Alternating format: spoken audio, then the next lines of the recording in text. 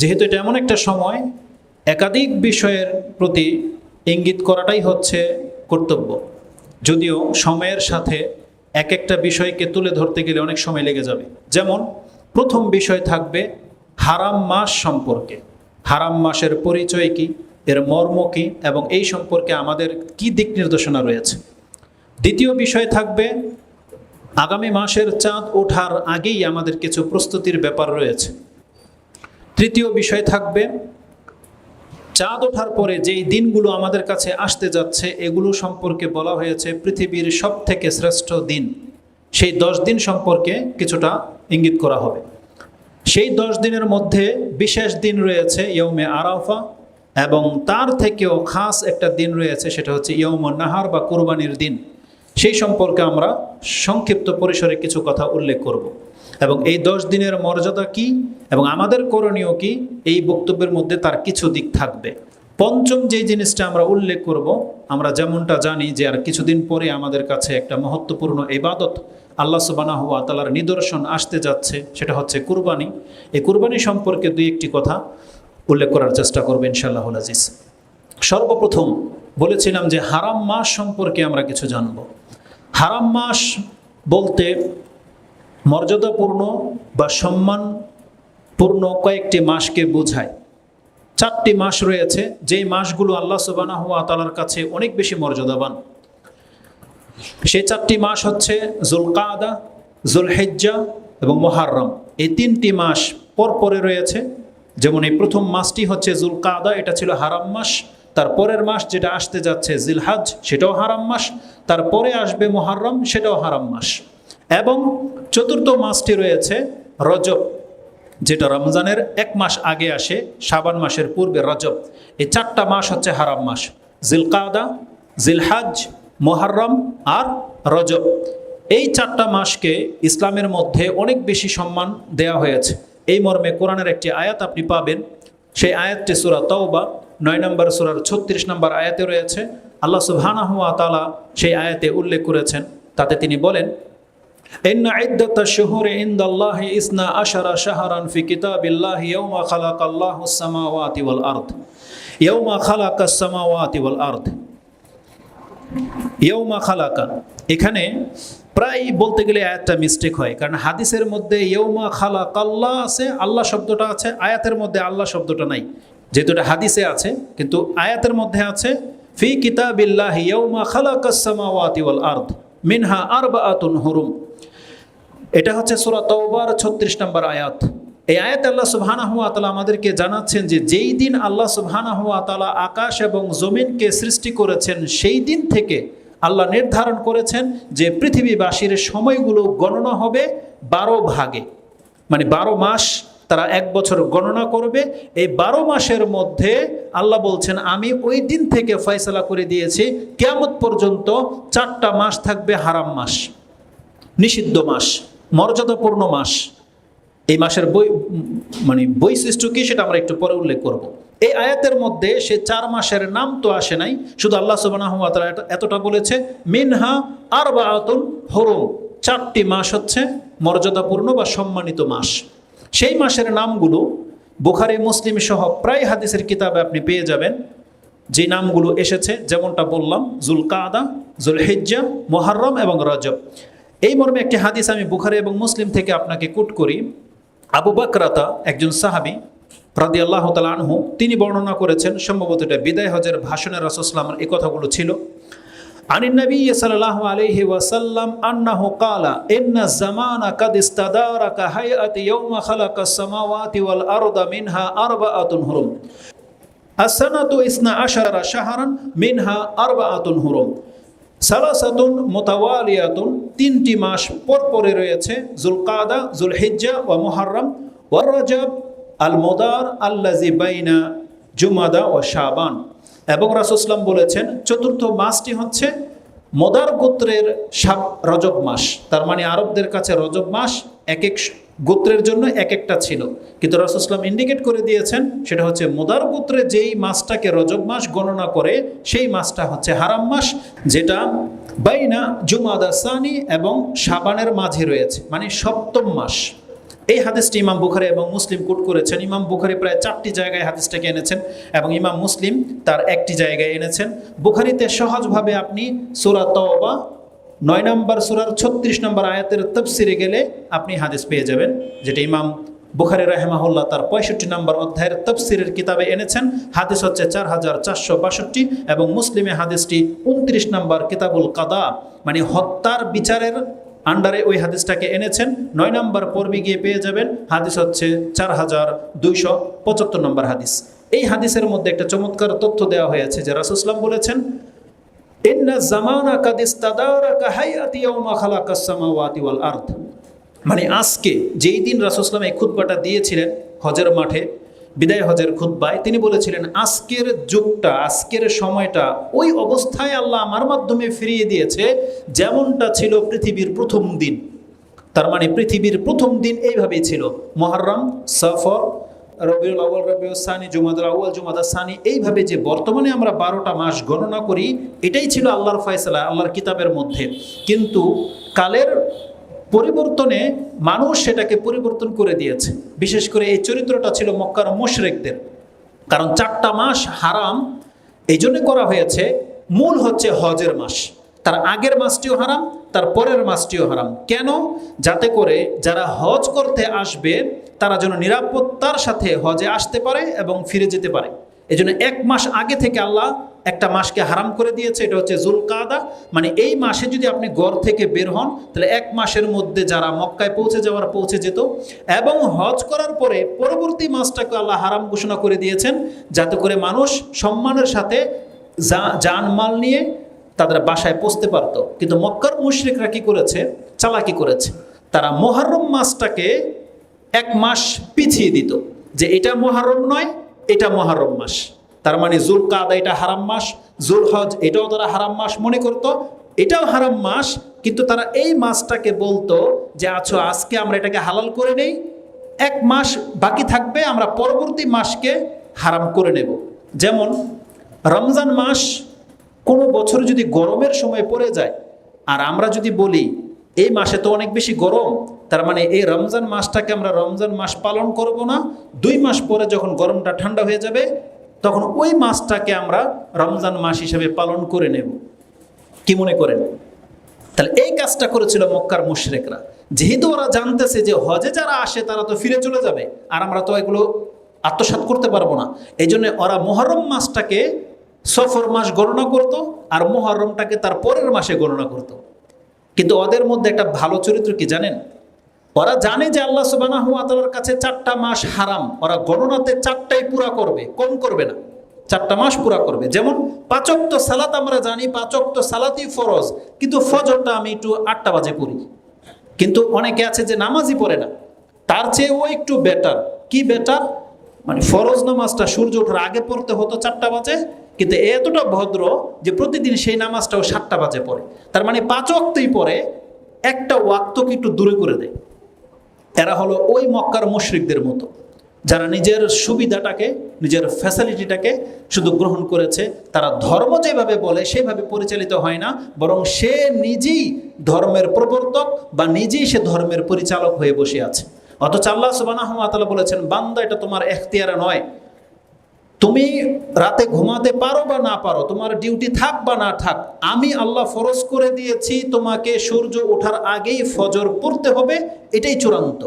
যারা পড়বে তারা নামাজি, যারা সূর্য ওঠার পরে পড়বে ইচ্ছা করে বা ঘুমিয়ে থেকে যায়, কোনো তৎপরতা নাই জাগার, তারা হচ্ছে ওই মক্কার মুশরিকদের চরিত্রের, যে নিজের সুবিধা মতো সে টাইম মেনটেন করে। তো এই কাজটা করেছিল মক্কার মুশরিকরা। আল্লাহ সুবহানাহু ওয়া তাআলা তাদের নিন্দা করেছে এই আয়াতের মধ্যে, যে এই কাজটা করে তাদের কুফরি শুধু বৃদ্ধি পেয়েছে। কি কুফরি বৃদ্ধি পেয়েছে? এক তো তারা আল্লাহর হারাম মাসে হারাম মনে করেনি, আবার নিজেরাই আরেকটা মাসকে হারাম গণ্য করে নিত, লুটতারাজ করে নিয়ে তার পরের মাসটাকে তারা হারাম ঘোষণা করত। রাসূলুল্লাহ সাল্লাল্লাহু আলাইহি ওয়াসাল্লাম বিদায় হজের ভাষণে এই এলানটা করেছিল, ইন্না জামানা কাদ ইস্তাদারাকা হায়াতি ইয়াওমা খালাকাস সামাওয়াতি ওয়াল আরদ।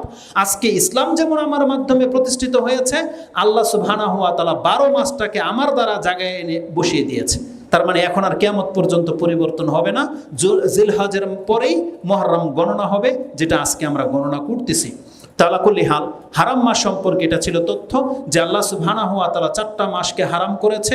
তার একটা হচ্ছে জিল কাদা, একটা হচ্ছে জিল হজ। যেহেতু আমাদের টপিক্সের সাথে সম্পর্কযুক্ত হচ্ছে, এটা কি মাস? জিল কাদা। এটা কি? জিল কাদা। কেউ কে বলতে পারেন কোন একজন আজকে কত তারিখ? কেউ একজন বলেন। 27। 27। এটাই হচ্ছে আমাদের গণনা হিসেবে আজকে হচ্ছে জিল কাদা মাসের 27 তারিখ। তার মানে আমরা একেবারে হারাম মাসের শেষ দিকে পৌঁছে গেছি।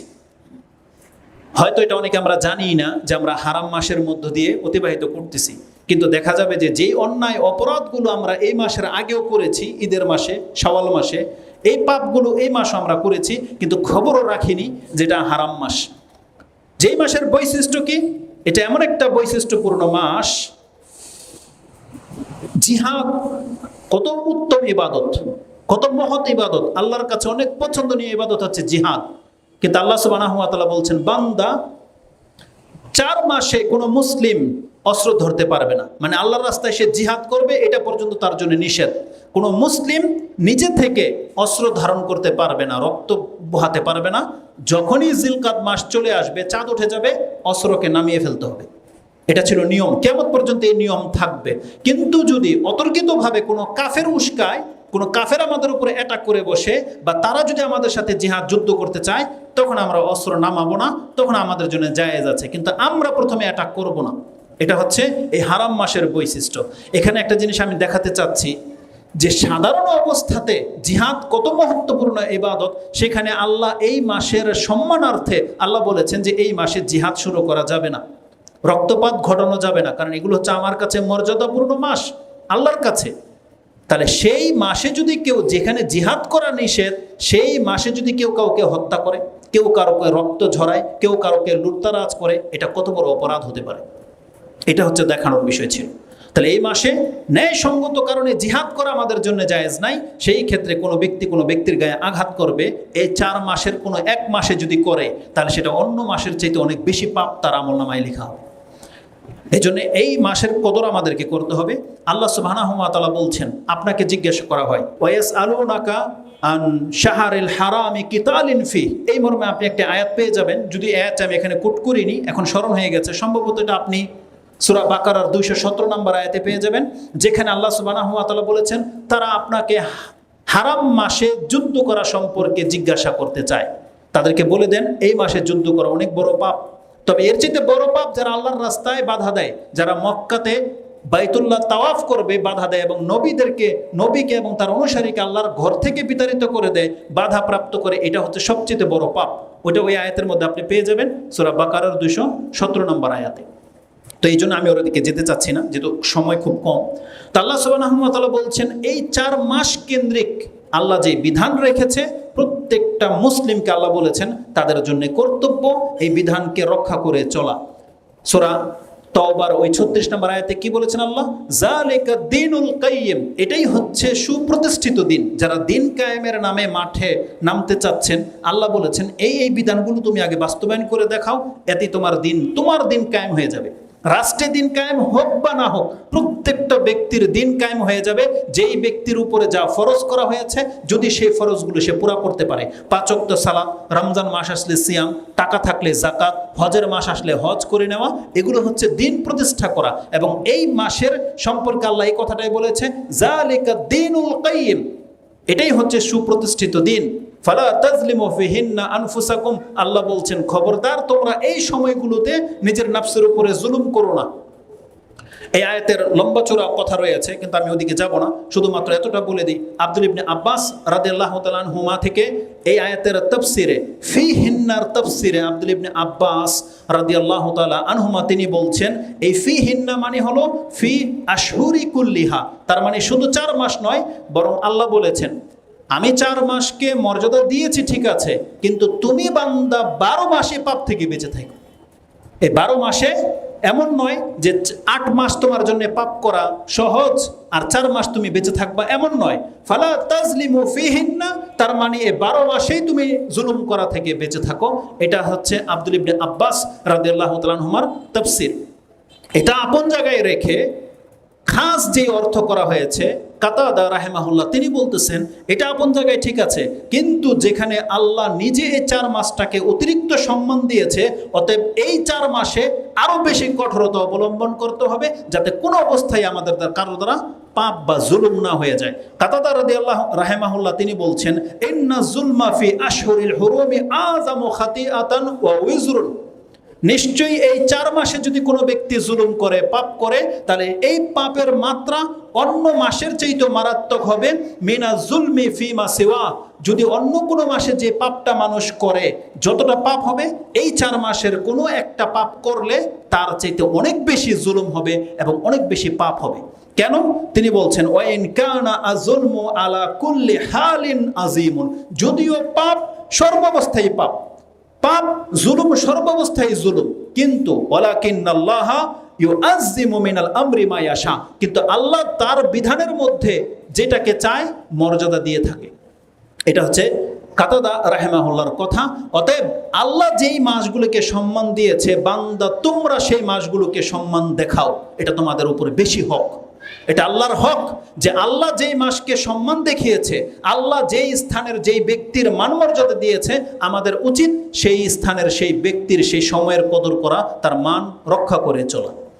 এইভাবে বহু কিছু আছে, যেমন দেখেন যেই পাপটা আপনার আমার সাথে হবে, অন্যায় করলে, সাহাবীদের সাথে অন্যায় করলে একই পাপ হবে না, আরো মারাত্মক হবে। আর সেই অন্যায় যদি কেউ রাসূলের সাথে করে, ওর নাজাতি নেই।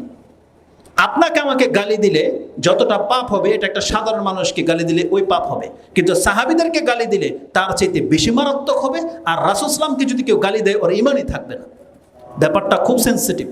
আপনার আমার ঘর যদি কেউ ভেঙে দেয়, যে পাপ হবে, এই মসজিদকে ভেঙে দিলে সেই পাপ হবে। আর যদি কেউ বাইতুল্লাহকে আঘাত করে, সেই পাপ হবে, অনেক বেশি পাপ হবে।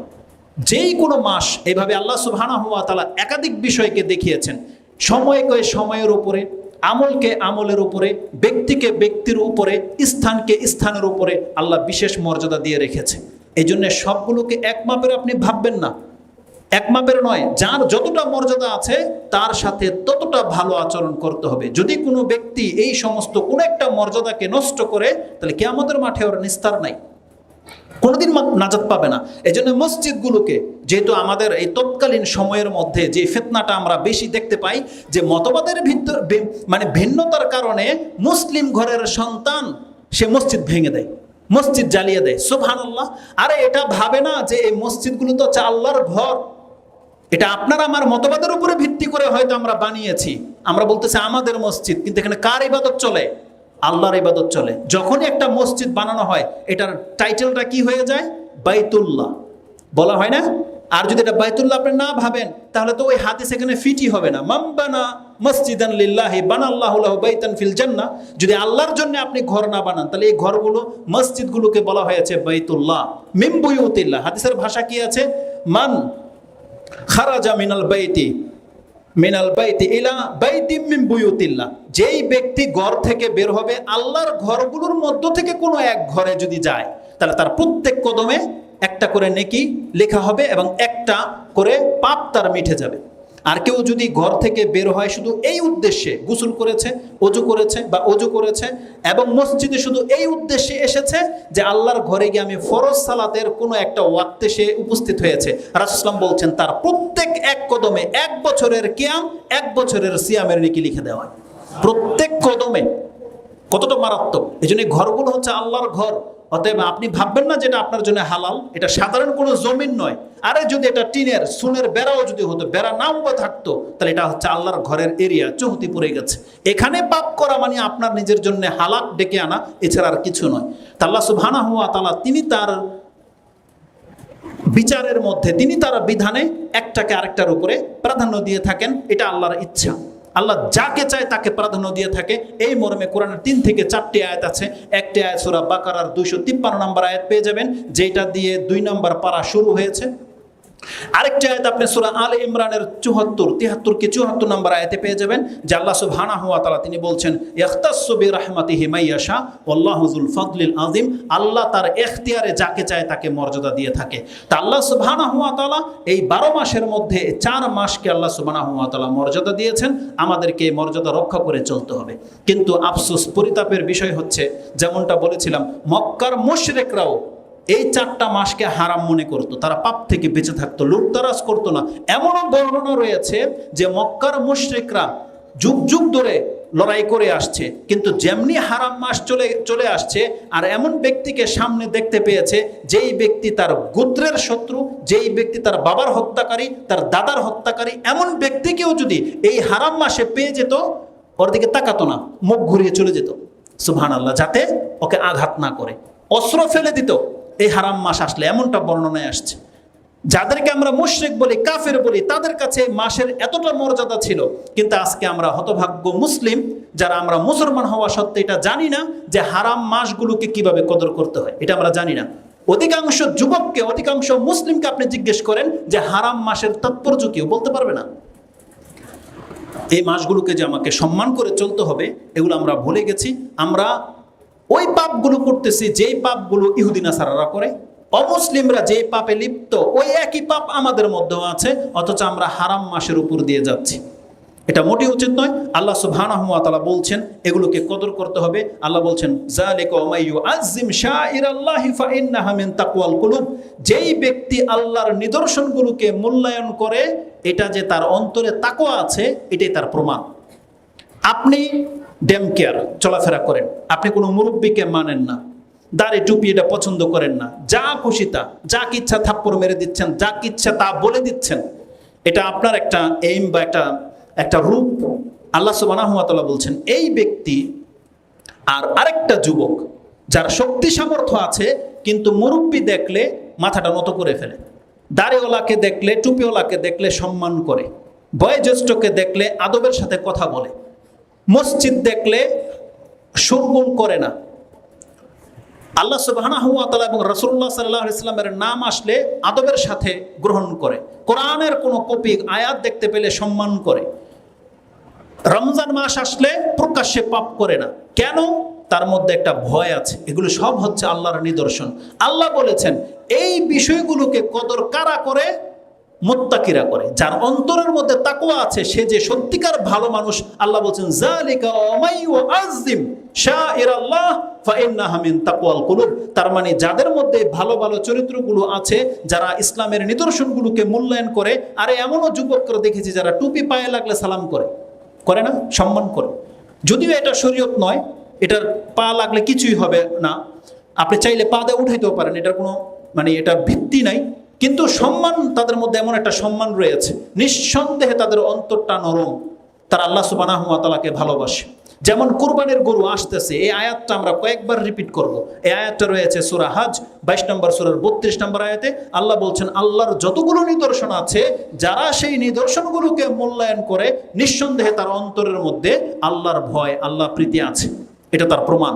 অতএব নিজের নমনীয়তা প্রকাশ করার চেষ্টা করেন, নিজের কোনো উগ্রতা আপনি আপনার আচরণ দিয়ে প্রকাশ করবেন না, বিশেষ করে ইসলামের খেলাফ যেন আপনার ভূমিকা না আসে, মুসলিমদের খেলাফ যেন আপনার কোনো পদক্ষেপ না হয়, আল্লাহর আইন, কোরআন, ইসলামের যে বিধানগুলো আছে এর বিপরীত যেন আপনার কোনো মতবাদ আপনি পেশ না করেন, এটা থেকে বাঁচার চেষ্টা করেন। আল্লাহ আমাদেরকে তৌফিক দান করুন, আমিন। তো এবার আসুন যে হারাম মাস সম্পর্কে এইভাবে আরো অনেকগুলো কথা ছিল, সময় একবারে খুব দ্রুত চলে যাচ্ছে। এর পরের ধাপ, যেমনি এই 3 দিন চলে যাবে, আমাদের কাছে আসবে এক মহত্বপূর্ণ সময়, সেটা হচ্ছে হজের মাস। হজের মাস আসার আগেই আমাদেরকে বলেছিলাম যে আরেকটা কাজ করতে হবে। সেটা কি?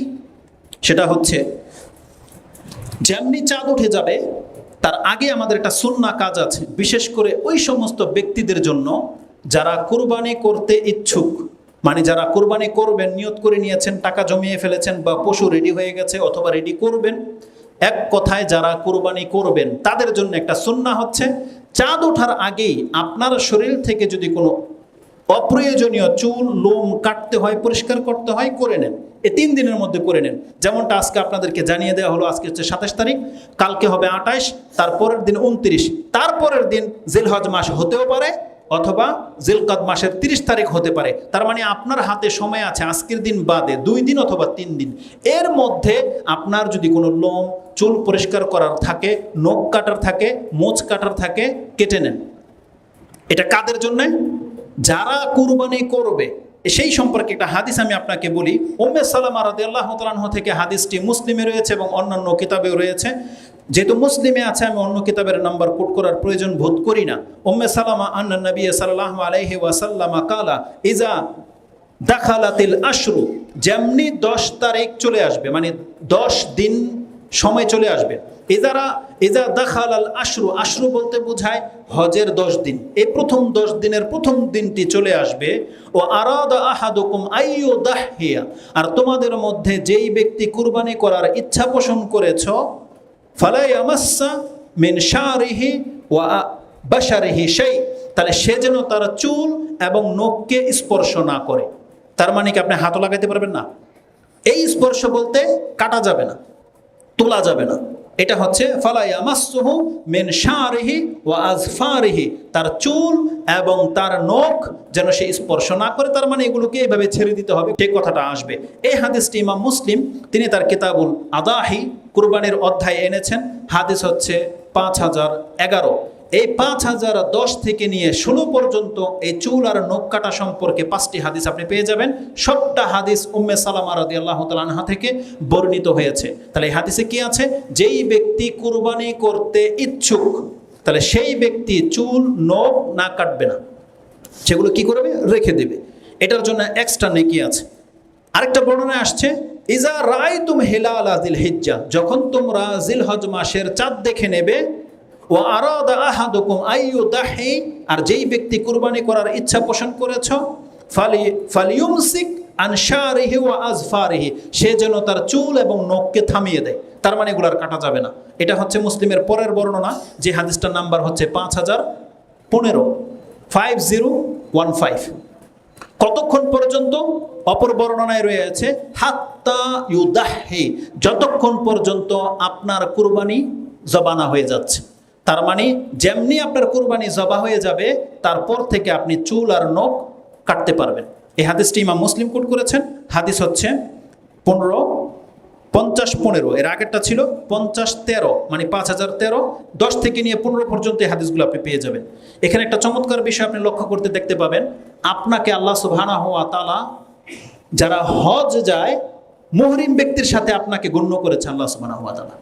যারা হজ করে মুহরিম, যারা এহরাম বাঁধে, তাদেরও একই নিয়ম। তারা ততক্ষণ পর্যন্ত চুল নখ কাটতে পারবে না যতক্ষণ পর্যন্ত 4টা কাজের কোনো 2টা কাজ না করবে। তার মধ্যে একটা হচ্ছে কুরবানি করা, তারপরে হচ্ছে বড় জামারাতে পাথর মারা। এই 2টা কাজ করে নিতে পারলে সে চুল কেটে নিতে পারবে। তাহলে কুরবানি যারা করবেন তাদের মর্যাদাটা হজের মুহরিম ব্যক্তির সাথে আল্লাহ তুলনা করেছে। তারা যেমন কুরবানির আগে চুল নখ কাটে না, আপনাকে আল্লাহ সুবহানাহু ওয়া তাআলা সেই একই বিধান দিয়েছে। আপনি কুরবানি না কাটা পর্যন্ত আপনার চুল, মোচ, নখ কাটবেন না। এটা হচ্ছে সুন্নাহ। এখানে 2টি বিষয় লক্ষণীয়। এক হচ্ছে, যদি কেউ ভুলে কেটে ফেলে তাহলে কি তার কুরবানি কবুল হবে না? অনেকে এটা একটা মানে গোলক ধাঁধায়, কুসংস্কারে লিপ্ত। এই চুল নখ কাটার সাথে কুরবানি হওয়া না হওয়ার কোনো সম্পর্ক নাই, এই মর্মে কোনো বর্ণনায় আসে নাই। বরং আপনি যদি ভুলে কেটেও ফেলেন, তারপরে আপনি কুরবানি করবেন, এতটা শুধু আপনার ছুটেছে যে এর জন্য যে নেকি আপনি পেতেন হয়তো সেটা আপনি পেলেন না। তাই বলে কুরবানি হবে না এমনটা ধারণা করবেন না। দ্বিতীয় বিশেষ দ্রষ্টব্য কি বললাম, এটা হচ্ছে যারা কুরবানি করবেন শুধুমাত্র তাদের জন্যে, এটা ফ্যামিলির সবার জন্য নয়, মা বোনদের জন্য নয়। তবে কোনো ঘরের কর্তা যদি মহিলা হয়, যার টাকায় কুরবানি হচ্ছে, তাহলে সে এটা করবে। কিন্তু তার অধীনস্থ যারা বাচ্চারা, বউ, তারপরে অন্যরা এটা করবে না, তাদের জন্য জায়েজ, তারা করতে পারবে। এটা হচ্ছে একটা সুন্নাহ হুকুম। এই চুল নখ না কাটা এটা সুন্নাহ, এটা ফরজও নয়। এই মর্মে একটা হাদিস রয়েছে তিরমিজিতে, যে যেই একজন সাহাবী বলেছে, ইয়া রাসূলুল্লাহ, যদি আমি কুরবানি করার মতো ওই 6 মাসের বকরি ছাড়া অন্য কিছু না পাই, তখন আমি কি করব? তখন রাসূল সাল্লাল্লাহু আলাইহি ওয়াসাল্লাম বলছেন, না, তুমি এটা কুরবানি করবা না, বরং তুমি তোমার চুল নখ ঈদের দিন কেটে নিও, তাহলে একটা কুরবানি করলে যেই নেকি এই চুল নখ কাটার মাধ্যমে তোমাকে আল্লাহ সেই নেকি দিয়ে দেবে। কিন্তু এই হাদিস দুর্বলতা রয়েছে, এই হাদিস সহি নয়। এই জন্য অথেন্টিকের সাথে আমরা বলতে পারি না আপনাকে এই কথা যে এটা সঠিক, হলে হতেও পারে আল্লাহু আলম, কিন্তু হাদিসের সনদের মধ্যে দুর্বলতা আছে, এজন্য আমরা সেটাকে কোট করলাম না। তো চাঁদ ওঠার আগে এটা আমাদের প্রথম কাজ, যারা কুরবানি করবেন তারা কি করবেন না, চুল নখ আর কাটতে পারবেন না, কাটলে তার আগে কেটে নেন। আর দাড়ি সবসময় হারাম, দাড়ি কাটা সবসময় হারাম। কি কুরবানি করেন আর না করেন সবার জন্য দাড়িতে হাত লাগানো হারাম। যতজন মানুষ দাড়ি সেভ করেন তারা প্রত্যেকটা হারাম কাজে লিপ্ত। আপনারা খুব দ্রুত তওবা করেন, দাড়ি রেখে নেন, যাতে করে দাড়ি নিয়ে মরতে পারেন। না হলে এরকম ক্লিন সেফ ওলা ফেজ নিয়ে মরলে পরিণাম খুব খারাপ হতে পারে। আল্লাহ আমাদেরকে বোঝার তৌফিক দান করুন। এরপরে আসতে যাচ্ছে চাঁদ উঠে গেলে হজের মাস শুরু হয়ে যাবে। চাঁদ উঠে গেলে আরেকটা কাজ আমাদের, দ্বিতীয় কাজ হচ্ছে চাঁদ দেখে দোয়া করা। চাঁদ দেখে দোয়া করা, আমরা প্রায় বক্তব্যে এটা বলে থাকি, কিন্তু জানি না এই পর্যন্ত কতজন মুখস্থ করেছেন বা প্রত্যেক মাসের চাঁদ আপনারা দেখেন কিনা জানি না। এই মর্মে ইমাম তিরমিজি রাহিমাহুল্লাহ একটা হাদিস এনেছেন এবং মুসনাদে আহমদ হাদিসটি রয়েছে। তিরমিজিতে হাদিসটি আপনি 3451-তে পেয়ে যাবেন, 45 নম্বর অধ্যায় দোয়ার অধ্যায়ে পেয়ে যাবেন সেই হাদিসটি। তালহা ইবনে উবাইদিল্লাহ আন্না নবী সাল্লাল্লাহু আলাইহি ওয়াসাল্লাম কানা ইযা রাআল হিলালা, রাসূল সাল্লাল্লাহু যখন হেলাল প্রথম মাসের চাঁদ দেখতেন তিনি বলতেন আল্লাহুম্মা আহিল্লাহু আলাইনা বিল ইউমনি ওয়াল ঈমান। দুইটা শব্দ আছে এখানে, আহিল্লাহু আরেক জায়গায় আছে, আহিল্লাহু আরেক জায়গায় আছে আহলিলহু। আল্লাহুম্মা আহলিলহু আলাইনা বিল ইউমনি ওয়াল ঈমান। আল্লাহ এই চাঁদকে আমাদের জন্য নিরাপত্তা এবং ঈমানের বাহন করে উদিত করো। সালামাতি ওয়াল ইসলাম, এবং নিরাপত্তা এবং ইসলামের হয়ে যেন আমাদের উপর উদিত হয়। তার মানে এই চাঁদ যতদিন পর্যন্ত থাকবে, মানে এক মাস, আমার ইমানও যেন না হারায়, আমি যেন নিরাপত্তা হারিয়ে না ফেলি, আমি যেন কোনো রকমের ফেসে না যাই, নিরাপত্তায় যেন থাকি, সালামাত যেটাকে বোঝায় বড় ধরনের বিপদ থেকে, এবং আমার ইসলাম যেন ধ্বংস না হয়ে যায়। কারণ রাসূল সাল্লাল্লাহু আলাইহি ওয়াসাল্লাম বলছেন ফিতনা এমনভাবে আসতে যাচ্ছে, আজকে এখন ঈমান আছে তো একটু পরে থাকবে না, এমন বহু ঘটনা ঘটবে। তার মানে আমরা প্রতিদিন চাঁদ দেখে মাসের শুরুতেই মাসকে আমরা যদি এইভাবে বরণ করে নেই যে আল্লাহ এই এক মাস তুমি আমাকে ঈমান, আমল এবং যে কোনো বিপদ আপদ থেকে তুমি আমাকে আল্লাহ সেভ করে দাও, এই দোয়া করতেন রাসূল সাল্লাল্লাহু আলাইহি ওয়াসাল্লাম চাঁদ দেখে। এবং চাঁদ দেখে যেহেতু এ কথা বলতেন, এটা যেন কেউ মনে না করে যে রাসূল সাল্লাল্লাহু আলাইহি ওয়াসাল্লাম চাঁদের কাছে চেয়েছে, তার পরের জুমলাটা তার প্রমাণ। তখন রাসূল সাল্লাল্লাহু আলাইহি ওয়াসাল্লাম বলতেন রব্বি ওয়া রাব্বুকাল্লাহ, এবং চাঁদকে ইন্ডিকেট করে বলেন এ দোয়া আমি তোমার কাছে করিনি, বরং তোমার এবং আমার প্রতিপালক হচ্ছেন আল্লাহ, তার কাছে করেছি। এজন্য কোনো মুসলিম কোনো ব্যক্তি বস্তুর কাছে চাইতে পারে না, চাবে একমাত্র আল্লাহ সুবহানাহু ওয়া তাআলার কাছে। তো ইমাম তিরমিজি রাহিমাহুল্লাহ এই হাদিসটি 3451-তে এনেছেন। যেমনি চাঁদ উঠে যাবে আমাদের কাছে চলে আসবে হজের মাস। আর এই হজের মাসের বেশ কিছু বৈশিষ্ট্য রয়েছে। হজের মাসের সব থেকে বড় বৈশিষ্ট্য হলো, এটা হলো আশহুরুল হজ। যুলকাদা কিন্তু আশহুরুল হজ, কোরআনে যে জায়গায় আছে আশহুরুল হারাম, আরেকটা আছে আশহুরুল হজ। এই আয়াতের বাস্তবায়ন চলছে এখন। জিলকাদা মাসটাও হজের মাস, কেউ চাইলে এখনো হজের নিয়ত করে মক্কায় ঢুকতে পারে, কিন্তু কতদিন পর্যন্ত? ওই জিলহজ মাসের 9 তারিখ পর্যন্ত তার সময় আছে। তো যেমনি চাঁদ উঠে যাবে আশহুরুল হজের আরেকটা মাস শুরু হয়ে যাবে, এটা হচ্ছে হজের মাস। এই হজের মাস, জিলহজ মাস এমন একটি মাস যেই মাসে আল্লাহ সুবহানাহু ওয়া তাআলা ইসলামের 5ম রুকুন রেখে দিয়েছে। এই মাস ছাড়া ইসলামের এই রুকুনটা আপনি কোনোভাবে আদায় করতে পারবেন না। যেমন প্রত্যেক ওয়াক্তে নামাজের সময় হয়, রমজান মাসে সিয়াম হয়, যেমনি টাকা হলে যাকাত দিতে হয় বছরে একবার, বাকি থাকে হজ। এই হজের মাস হচ্ছে এই জিলহজ মাস। এটা হচ্ছে এই মাসের সবথেকে বড় মর্যাদা, যে ইসলামের 5ম পিলারটা যারা চায়, যারা সামর্থ্য রাখে, তারা এই মাসে পুরা করতে পারে। এবং আপনাকে বলে দিই, এটা কোনো যাহা-তাহা ব্যাপার নয়। যেই ব্যক্তি 5 ওয়াক্ত সালাত আদায় করেন, যার টাকা আছে আপনি যাকাত দিয়েছেন, যারা রমজান মাস পেয়ে গেছেন তারা সিয়াম রেখেছেন, আপনার মর্যাদা কি জানেন? হজ করে নিতে পারলে তার মানে আপনি হলেন এই বছরের ওই ব্যক্তি যারা দ্বীনি ইসলামটাকে প্রতিষ্ঠা করে দেখিয়েছে। কারণ ইসলাম কয়টা জিনিসের উপরে? 5টা জিনিসের উপরে নয়। আপনি মুসলিম মানে শাহাদাতের উপরে আপনি আছেন, আপনি সালাত আদায় করেন, আপনি সিয়াম রেখেছেন, আপনি জাকাত দিয়েছেন, একটা শুধু বাকি ছিল, হজ। এটা যারা করে নিয়েছে বা যারা করবে তারা এমন ব্যক্তি যারা তাদের জীবনে ইসলামটাকে প্রতিষ্ঠিত করে দেখিয়েছে। অনেক বেশি মর্যাদাকর বিষয় এটা। এই জন্য যাদের সুযোগ হয়ে গেছে তারা আলহামদুলিল্লাহ বলেন, এবং যারা এখনো করেননি আমরা আল্লাহর কাছে ওই সমস্ত ভাইদের জন্য দোয়া করি, আল্লাহ তুমি আমাদেরকে তৌফিক দাও যাতে আমরা তোমার ঘরের জিয়ারত করতে পারি এবং ইসলামের এই 5ম রুকনটা যেন আমরা আদায় করতে পারি, ইয়া রাব্বাল আলামিন। হজের মাস সম্পর্কে আমি আসলে এটা এমন একটা সিচুয়েশন চলতেছে, এখন যদি হজের মর্যাদা নিয়ে কথা বলতাম তাহলে একটা খুতবা এখানে লেগে যেত, কিন্তু দুর্ভাগ্যবশত মুসলিমদের বহু মানুষের তকদির থেকে আল্লাহ সুবহানাহু ওয়া তাআলা হজকে মাহরুম করে দিয়েছে। যারা টাকা নিয়ে বসে থাকবেন এখন, কিন্তু চাইলেও আপনি হজ করতে পারবেন না।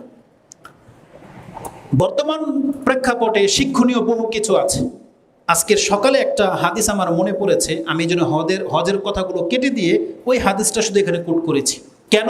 কারণ আমি যদি এখন হজের বৈশিষ্ট্য মর্যাদা নিয়ে কথা বলি এটার কোনো ফল হবে না।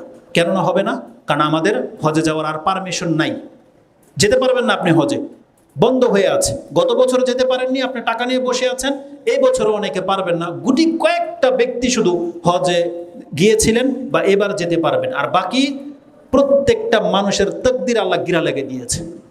বন্ধ হয়ে গেছে আপনার এই আমল, আপনি করতে পারবেন না। আগামী বছরগুলোতে আপনি বেঁচে থাকেন কিনা এটার একমাত্র আল্লাহ বেটার জানেন। এই সিচুয়েশনে যেই কথাটা আমার সব থেকে বেশি মনে পড়েছে, 2টা হাদিস। একটা তো দুর্বলতা আছে বিধায় আমি কোট করিনি, যেটা ইমাম তিরমিজি কোট করেছেন, আর যে হাদিসটা মুসলিমে আছে আমি ওখান থেকে একটা লাইন শুধু আপনাকে স্মরণ করিয়ে দিই। ইমাম মুসলিম তিনি তার কিতাবুল ঈমানের মধ্যে এই হাদিস এনেছেন 213 নম্বরে। হাদিসের বর্ণনাকারী হচ্ছেন আবু হুরায়রা রাদিয়াল্লাহু তাআলা আনহু। তিনি বলছেন, আন্না রাসূলুল্লাহ সাল্লাল্লাহু আলাইহি ওয়াসাল্লাম বাদিরু বিল আমালি ফিতানান কা কিতইল লাইলিল মুজলিমা।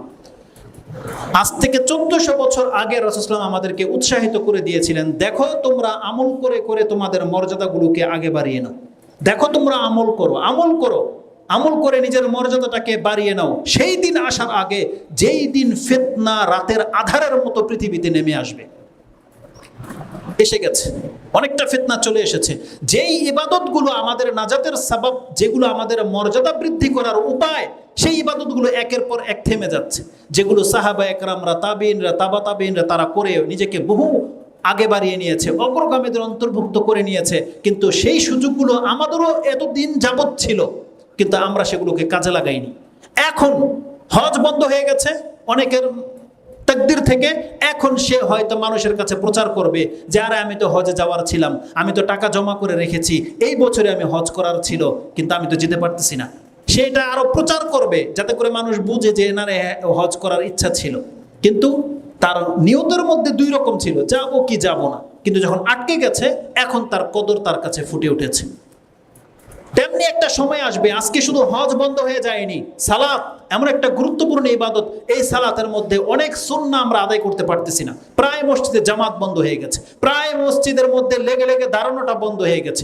মাস্ক পরে আপনাকে সালাতে দাঁড়াতে হয়, আল্লাহর সামনে আপনার চেহারা নিয়ে আপনি দাঁড়াতে পারেন না। আগামীতে আরো কি হবে আপনি জানেন না। এমনও হতে পারে যে সিজদা করার মতো তৌফিক আপনার হবে না, হতে পারে এমন একটা সময়। তাহলে এইভাবে যখন ইবাদতগুলো থেমে যাচ্ছে, রাসূল সাল্লাল্লাহু আলাইহি ওয়াসাল্লাম তো আমাদেরকে আগেই বলেছিলেন, বাদিরু বিল আমালি ফিতানান, তোমরা সেই ফিতনা আসার আগেই আমল করে নিজেকে অগ্রগামী করে নাও। কিন্তু সে রাস্তাগুলো আমাদের বন্ধ হয়ে যাচ্ছে। আপনি কি আল্লাহ সুবহানাহু ওয়া তাআলার কাছে এখন ওই রকমের সুযোগ চাইবেন যে আল্লাহ আমাকে আরেকবার সুযোগ দাও যাতে আমি হজটা করতে পারি, আগামী বছর আল্লাহ আমি করব? অনেকে হয়তো নিয়ত করবেন, কিন্তু সেই সুযোগ আসবে কিনা একমাত্র আল্লাহই বেটার জানে। আরো কত কি ফিতনা আসবে। তিরমিজিতে যে হাদিসটা রয়েছে যেটা বললাম, ওর সানাদে দুর্বলতা আছে, যদিও কেউ কেউ হাসান বলেছেন। আমাদের অনেক সালাফ বা আমাদের শেখেরা ওই হাদিস বর্ণনা করে, কিন্তু যেখানে দুর্বলতা আছে বিধায় আমি এগুলো কোট করবো না, এটা আমার একটা নীতি। সেই হাদিসের মধ্যে রয়েছে বাদিরু বিল আমালি সাবআ, তোমরা 7টি বিষয়ের আগে আমল করে নিজেকে আগে বাড়িয়ে নাও। কিন্তু হাদিসের কথাগুলো খুব চমৎকার।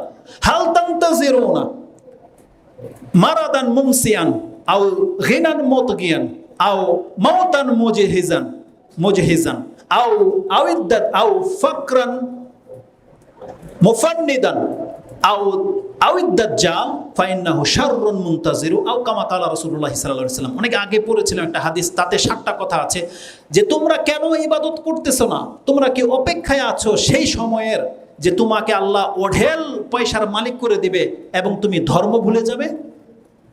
প্রত্যেক মানুষের লাইফে এমনটা ঘটতে পারে। রাতারাতি কোটিপতি হয়ে গেলে সে এখন ধর্মকর্ম করে না, বুঝে না, সে তার অস্তিত্বকে ভুলে যায়। আর নাকি ওই অবস্থার অপেক্ষায় আছো যে আল্লাহ তোমাকে একেবারে হীন গরিব করে দেবে, দরিদ্র করে দেবে, এখন তুমি ধর্মই ভুলে যাবে, যে ধর্মে তোমাকে সালাতের কথা বললে তুমি রেগে যাবে। কিসের নামাজ টামাজ? অনেককে আপনি দেখবেন যারা রিক্সা চালায়, যারা ছোট মানের কাজ করে, তার কাজটাকে আমি নেগলেক্ট করতেছি না, তার কাজটা ছোট, কিন্তু দুঃখজনক ব্যাপার হলো যে যত ছোট কাজ করে তার মধ্যে বেদিনী সবচেয়ে বেশি। আপনি লেবার টাইপের লোকদেরকে দেখেন, ও গাধার মতো 8 ঘন্টা 10 ঘন্টা রক্ত ঝরিয়ে এসে কাজ করতেছে, কিন্তু সালাত পড়ে না। সিগারেটের উপর সিগারেট, সিগারেটের উপর সিগারেট, সুবহানাল্লাহ, একটা সালাত আদায় করে না, একটা সে ধর্মকর্ম করে না, উপরন্ত কষ্টের গাধার মতো কাজ করে, আবার খাচ্ছে হারাম। তার মানে ধর্মের সাথে যেন এদের কোনো সম্পর্ক নেই, এমন অবস্থা হয়ে গেছে। তাহলে রাসূল সাল্লাল্লাহু আলাইহি ওয়াসাল্লাম বলছেন, তুমি কি চাও যে তোমাকে আল্লাহ এমন হতদরিদ্র করে দেখ যে সারাদিন তুমি শুধু গাধার মতো কাজই করবা, তোমার ধর্ম ভুলে যাইবা? যেহেতু আল্লাহ তোমাকে এখন স্বাভাবিক পর্যায়ে রেখেছে, তুমি ইবাদত করো। নাকি তুমি চাচ্ছ এমন বৃদ্ধ বয়সের পৌঁছে যাওয়ার জন্যে যেই বৃদ্ধ তোমার স্মৃতিশক্তিকে লোপ করে দেবে? প্রত্যেকটা বৃদ্ধের তাই হয়, সে সূরা কিরাত জানে না, ভুলে যায় সবকিছু। ওযু আছে না নাই জানে না।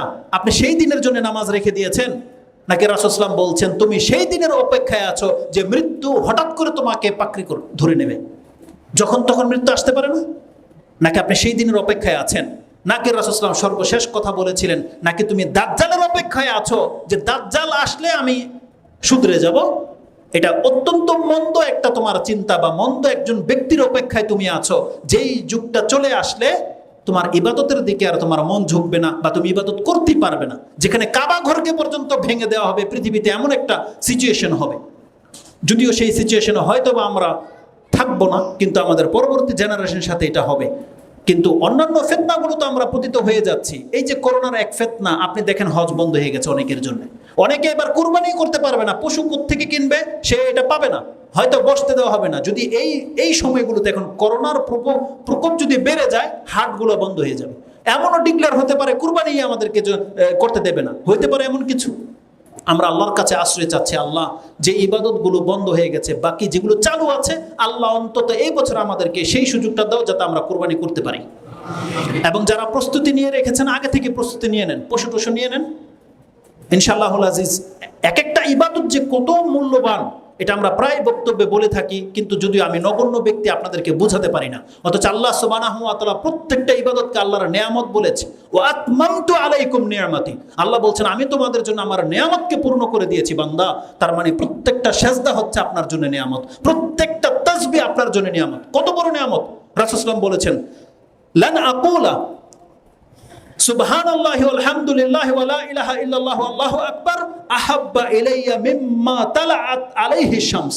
রাসূল সাল্লাল্লাহু আলাইহি বলছেন, কোন একদিন সকালে আমি জেগেছি, সকাল হয়েছে আমার, আর আমি মুহাম্মদ আমার মুখ থেকে যদি 4টা কালেমা কোনো উচ্চারণ করার সমর্থ আমার হয়ে যায়, তার মানে পুরো পৃথিবী একদিকে, এই 4টা কালেমা আমার কাছে এই পৃথিবী থেকেও পছন্দনীয়। তার মানে পুরো পৃথিবীর মালিক কেউ হয়ে যাক, আর আমার জবান দিয়ে আমি মাত্র 4টা কালেমা একবার উচ্চারণ করাটা আমার কাছে পছন্দনীয়। এটা ছিল এই ইবাদতগুলোর মর্ম। তা রাসূলুল্লাহ সাল্লাল্লাহু আলাইহি সাল্লাম বলেছেন যে ফিতনা আসার আগেই তোমরা আমল করে নাও। কিন্তু দেখেন আমাদের আমল আমরা করি না।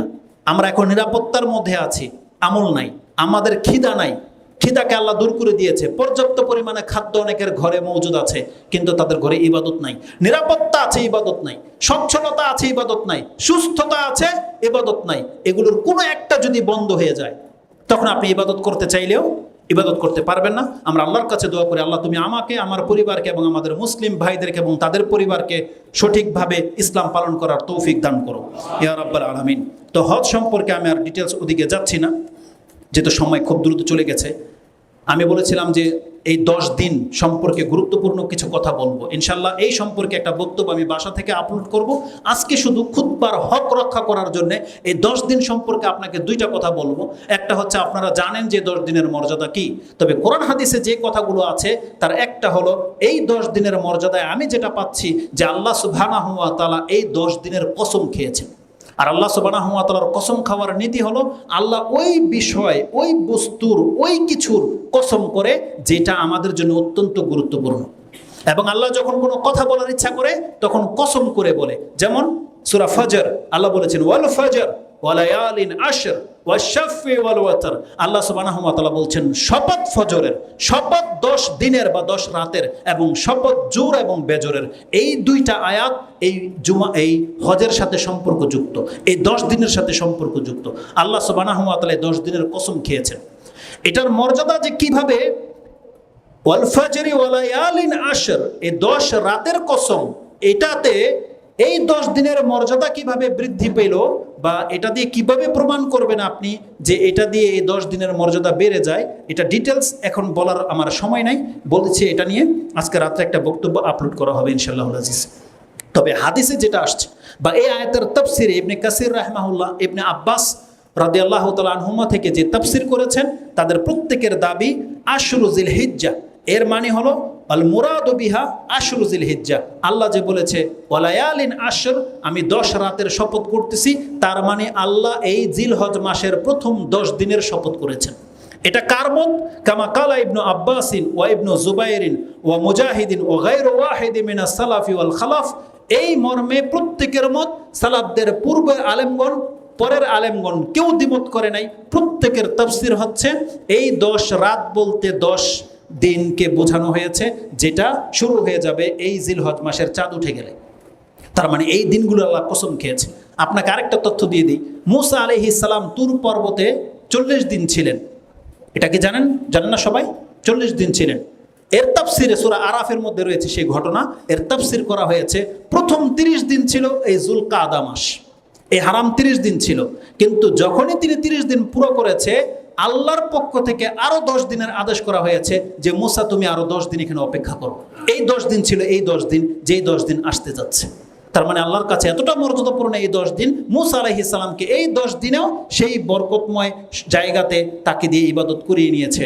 এই 40 দিন এই 10 দিন দিয়ে পুরা হয়েছে। জিলকদ মাসের 30 দিন আর জিলহজ মাসের এই 10 দিন। এটা ছিল মর্যাদাপূর্ণ কিছু কথা কোরআনের আয়াত থেকে। এবং এই মর্মে যে চমৎকার হাদিসটি রয়েছে, হাদিসের বিভিন্ন ভাষাতে আপনি পাবেন। আসুন আমি সেই ভাষাগুলো আপনাকে স্মরণ করিয়ে দিই এই 10 দিনের মর্যাদা সম্পর্কে কোরআন হাদিসে কি রয়েছে। আব্দুল্লাহ ইবনে আব্বাস রাদিয়াল্লাহু তাআলা আনহুমা এই হাদিসের বর্ণনাকারী। কয়েকটি হাদিসের কিতাবে এটা আপনি পাবেন। এটা বুখারীতে রয়েছে, এটা আহমদে রয়েছে এবং আবু দাউদে রয়েছে, তিরমিজিতে আছে, বুখারীতে আংশিক আছে আর বাকি জায়গায় একটু লম্বা রয়েছে। আব্দুল্লাহ ইবনে আব্বাস রাদিয়াল্লাহু তাআলা আনহুমা তিনি বর্ণনা করেছেন যে ক্বালা রাসূলুল্লাহ সাল্লাল্লাহু আলাইহি ওয়াসাল্লাম মা মিন আইয়ামিন আল আমালু সালিহু ফিহা আহাব্বু ইলাল্লাহি আযজা ওয়া জাল। এটা একটা ভাষা। এমন কোনো আমল নাই যেটা এই 10 দিনে করা হবে, যে কোনো আপনার সৎ আমল যেটা আপনি এই 10 দিনের কোনো একদিন করবেন, আল্লাহর কাছে পছন্দনীয় হতে পারে এই 10 দিনের চেয়ে অন্য দিনের কোনো ইবাদত আল্লাহর কাছে পছন্দনীয় নয়। তার মানে আপনার 365 দিনের মধ্যে আপনি যেই কোনো দিন যেই কোনো ভালো আমল যদি করে থাকেন, ধরে নেন কোনো একদিন আপনি সুবহানাল্লাহ বলেছিলেন, কোনো একদিন আপনি দান করেছিলেন, কোনো একদিন আপনি সিয়াম রেখেছিলেন, ওই ইবাদতে যতটা নেকি আপনি পেয়েছেন বা আল্লাহর কাছে যতটা পছন্দনীয়, ওই কাজটা যদি এই 10 দিনের কোনো একদিনে আপনি করেন, এই 10 দিনের মধ্যে যদি আপনি আল্লাহর জিকির করেন, এই 10 দিনের মধ্যে যদি আপনি দান করেন, এই 10 দিনের মধ্যে যদি আপনি সিয়াম রাখেন, এই 10 দিনের মধ্যে যদি আপনি যেই কোনো কল্যাণকর কাজ করেন, এই ইবাদতগুলো আল্লাহর কাছে সব থেকে বেশি পছন্দনীয়, যেটা অন্য কোনো দিন এতটা ইবাদত আল্লাহ পছন্দ করবে না। এটা একটা ভাষা। আরেকটা ভাষা হচ্ছে মা মিন আইয়ামিন আল আমালু সালিহু আযামু ইনদাল্লাহ। এমন কোন দিনের আমল নাই যেটা আল্লাহর কাছে এই 10 দিনের ইবাদতের চেয়ে বেশি মর্যাদা রাখে, এমন কোন ইবাদত নাই। আরেকটা ভাষা হচ্ছে মাল আমালু ফি আইয়ামি আফদালা মিনহা ফি হাযিহি ইয়ানি আইয়ামিল আশর। রাসূলুল্লাহ সাল্লাল্লাহু আলাইহি ওয়াসাল্লাম বলেছেন এমন কোন দিনের আমল নাই যা মর্যাদার দিক থেকে এই 10 দিনের আমলের চেয়ে বেশি হতে পারে। তার মানে এমন কোনো দিনের আমল নাই যে আমল এই 10 দিনের আমলকে টাক্কা দিতে পারে, মানে এই আমল থেকে মর্যাদায় উঠে যেতে পারে এমন কোনো দিনের আমল নাই, রাসূল সাল্লাল্লাহু আলাইহি ওয়াসাল্লাম বলেছেন। আরেকটা ভাষা হচ্ছে আজকা আছে শব্দটাকে, আজকা ইনদাল্লাহি ওয়ালা আযামা আজরান, এমন কোনো দিনের আমল নেই যেটা আল্লাহর কাছে বেশি পবিত্র এবং নেকির ক্ষেত্রে আপনাকে বেশি নেকি এনে দিতে পারে এই 10 দিনের ইবাদতের চেয়ে। এবার সার কথা হচ্ছে এই প্রত্যেকটা কথার, এই 10 দিনে যদি আপনি সৎ আমল করেন, তার মানে এই আমল হচ্ছে সমস্ত দিনের আমলের চেয়ে মর্যাদায় শ্রেষ্ঠ, আল্লাহর কাছে বেশি পবিত্র, নেকির ক্ষেত্রে সব থেকে বেশি নেকি এনে দেবে এবং আল্লাহর কাছে সব থেকে প্রিয়। এই 4টা কথা আছে হাদিসে এই 10 দিন সম্পর্কে। এই ভাষাগুলো বলার পরে সাহাবা একরামরা জিজ্ঞাসা করেছে, ইয়া রাসূলুল্লাহ ওয়ালাল জিহাদু ফি সাবিলিল্লাহ, জিহাদও কি এই দিনের ইবাদতের সমতুল্য হতে পারে না? রাসূল সাল্লাল্লাহু বলছেন ওয়ালা জিহাদুন ফি সাবিলিল্লাহ, আল্লাহর রাস্তায় জিহাদ করেও এতটা নেকি অর্জন করা যাবে না যেই নেকি এই 10 দিনের সৎ ইবাদত দিয়ে পাওয়া যাবে। ইল্লা রাজুলান খারাজা বিনাফসিহি ওয়া মালিহি ফালাম ইয়ারজা মিন যালিকা বিশাই, তবে ওই ব্যক্তির মর্যাদা ভিন্ন যেই ব্যক্তি তার জান মাল নিয়ে আল্লাহর রাস্তায় নেমে গেছে, তার কোনো কিছু আর তার বাসায় ফেরত আসেনি, সে সব কিছু আল্লাহর রাস্তায় লুটিয়ে দিয়েছে, এই ব্যক্তি হচ্ছে সব থেকে বেশি মর্যাদাবান। আল্লাহ সুবহানাহু ওয়া তাআলা যেন আমাদেরকে এমন মুজাহিদ বা শহীদ হওয়ার তৌফিক দান করেন, আমিন ইয়া রাব্বাল আলামিন। তো এই হাদিসগুলো বুখারী, মুসলিম এবং তিরমিজি বিভিন্ন হাদিসের কিতাবে আছে। মুসনাদে আহমদে হাদিসটি 1968-তে পাবেন এবং তিরমিজিতে হাদিসটি 757-তে রয়েছে, বুখারীতে হাদিসটি 969-এ রয়েছে, আবু দাউদে হাদিসটি 2338-এ রয়েছে। এই ছিল 10 দিন সম্পর্কে, এটা সংক্ষিপ্ত কথা। এবং এই 10 দিনের মধ্যে 2টা দিন হচ্ছে সব থেকে গুরুত্বপূর্ণ, একটা হচ্ছে 9 জিলহজ, এটা হচ্ছে ইয়ৌমে আরাফা, আর একটা হচ্ছে 10 জিলহজ, এটা হচ্ছে কুরবানির দিন। 9 দিন সম্পর্কে আরেকটা খুতবা আপনারা পেয়ে যাবেন সম্ভবত ইনশাল্লাহ, ওই ভাই বা ওই খতিব, ওই শেখ আপনাদেরকে সে আরাফা দিন সম্পর্কে তালকিন করবে, কারণ ওই জুমার পরেই হবে আরাফাটা। এই জন্য আমি আরাফা নিয়ে ডিটেলস কিছু বলতেছি না, একটা হাদিস শুধু আপনাদেরকে স্মরণ করিয়ে দিই, যেটা ইমাম মুসলিম কোট করেছেন। আবি কাতাদা, তিনি তার বর্ণনাকারী, তিনি জিজ্ঞেস করেছেন সিয়াম ইয়াউমে আরাফা, রাসূল সাল্লাল্লাহু আলাইহি ওয়াসাল্লামকে জিজ্ঞাসা করা হয়েছে আরাফা দিনের সিয়াম সম্পর্কে। এই হাদিস দিয়ে 2টা জিনিস আমরা জানবো, এক হলো আরাফা দিনের মর্যাদা এবং আরাফা দিনের কর্ম। আরাফার দিন যেটা সৌদি আরবের আরাফার ময়দানে যখন হাজিরা উপস্থিত থাকবে, সেই দিন যদি আমরা সিয়াম রাখি, এর মর্যাদা কি? রাসূল সাল্লাল্লাহু আলাইহি ওয়াসাল্লাম বলেছেন সিয়ামু ইয়াউমি আরাফা আহতাসিবু আলাল্লাহি আইয়ুকাফিরা সানাতাল্লাতি কাবলাহা ওয়া সানাতাল্লাতি বাদাহা, আমি আল্লাহর কাছে আশা করি আমার উম্মতের কোনো ব্যক্তি যদি আরাফার দিনের সিয়ামটা রেখে নেয়, একটা সিয়াম আরাফার দিনের সিয়াম, তাহলে আমি আশা করি আল্লাহ এই সিয়ামের বিনিময়ে তার অতীতের এবং আগামীর 2 বছরের গুনাহ আল্লাহ মাফ করে দেবে। এটা ইমাম মুসলিম কোট করেছেন। আরেকটা ভাষা হচ্ছে সুইলা আন সাওমি ইয়াউমে আরাফা, রাসূল সাল্লাল্লাহু আলাইহি ওয়াসাল্লামকে আরাফার সিয়াম সম্পর্কে জিজ্ঞাসা করা হয়েছে, ফাকালা ইউকাফিরু সানাতাল মাদিয়া ওয়াল বাকিয়া, এর মাধ্যমে অতীতের 1 বছরের গুনাহ মাফ এবং আগামী যেই বছরটা আসতে যাচ্ছে সেই বছরের গুনাহকে আল্লাহ অগ্রিম মাফ করে দেবে। এটা হচ্ছে আরাফা দিনের সিয়ামের মর্যাদা। এই হাদিসটি ইমাম মুসলিম তার সিয়ামের অধ্যায়ে এনেছেন। হাদিস হচ্ছে 2636 এবং 2637। এই যাবৎ আমরা 5টা কথা বলেছি। প্রথমে আমরা উল্লেখ করেছি, যেহেতু সময় একেবারে আমি স্মরণ করিয়ে দিই, হারাম মাসের বৈশিষ্ট্য সম্পর্কে আমরা কথা বলেছি। তার মানে হারাম মাস যতদিন বাকি থাকবে আমাদের পাপগুলোকে বন্ধ করতে হবে, আমাদের অত্যাচারগুলো, জুলুমগুলো, অন্যের সাথে মূর্খামি করাটা বন্ধ করতে হবে, কারণ এই সময় এই পাপগুলো করলে বেশি পাপ, বেশি অপরাধ আল্লাহর কাছে।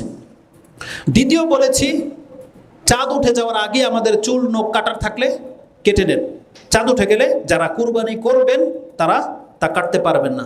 তৃতীয় বলেছিলাম চাঁদ দেখে দোয়া করা, আল্লাহর কাছে কল্যাণ কামনা করা।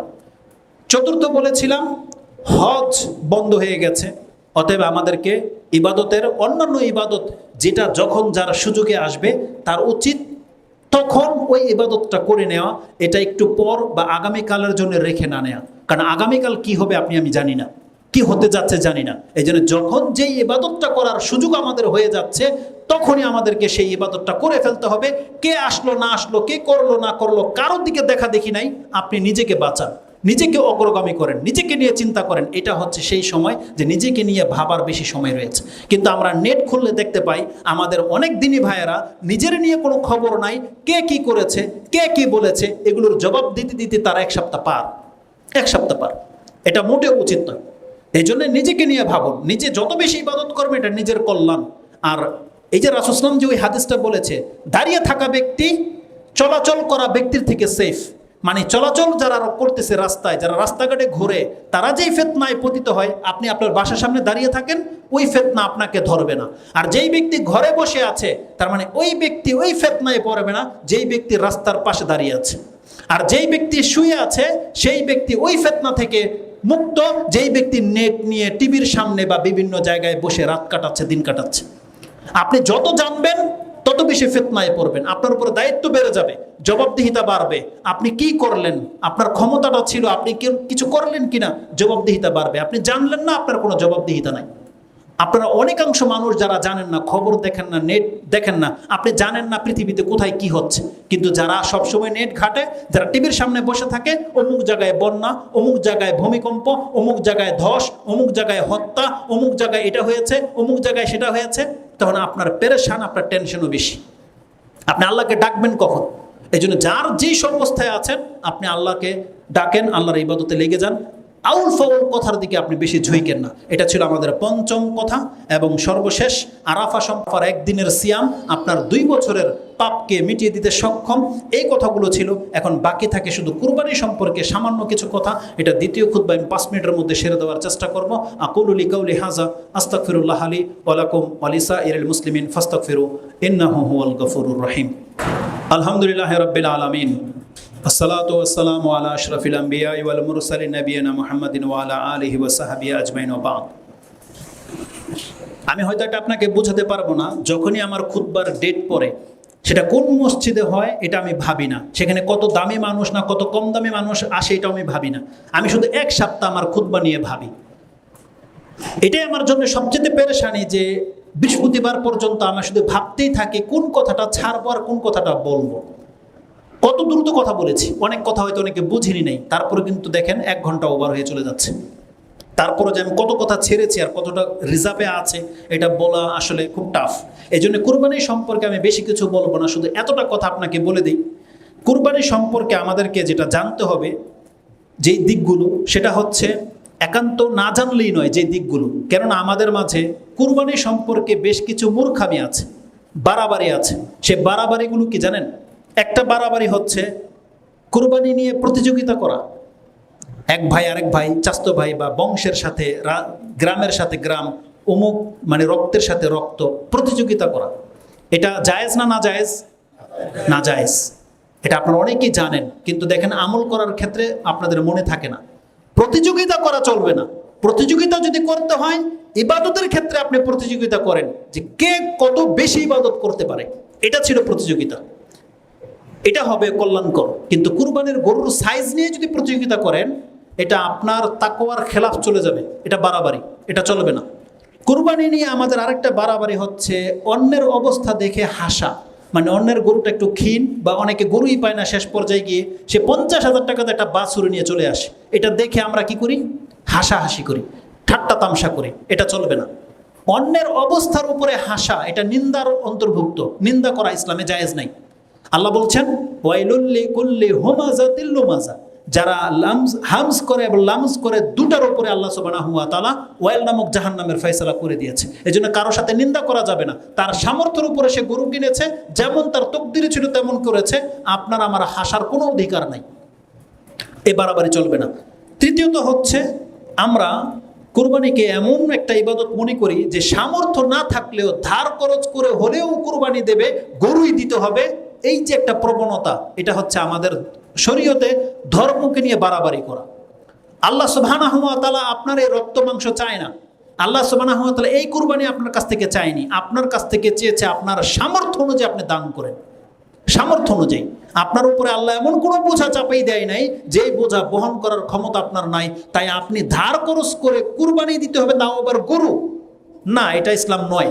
আপনার সামর্থ্য অনুযায়ী আপনি কুরবানি করেন, যেখানে একটা বকরি, একটা ছাগল একটা পরিবারের নেকির জন্য যথেষ্ট। যথেষ্ট। সেক্ষেত্রে আপনি বাড়াবাড়ি করতে পারেন না। আপনার সামর্থ্য থাকলে সামর্থ্যের মধ্যে আপনি কোরবানি করার চেষ্টা করেন। চতুর্থ যে বাড়াবাড়িটি আমরা করি সেটা হচ্ছে অনেকের অবস্থা একটু অদল বদল হয়েছে। গত বছর কোরবানি করেছেন, এই বছর যদি আমি কোরবানি করতে না পারি লোকে কি বলবে, মানুষ কি বলবে, বা অনেকে এটাকে পাপ মনে করে। না, এটা পাপ নয়।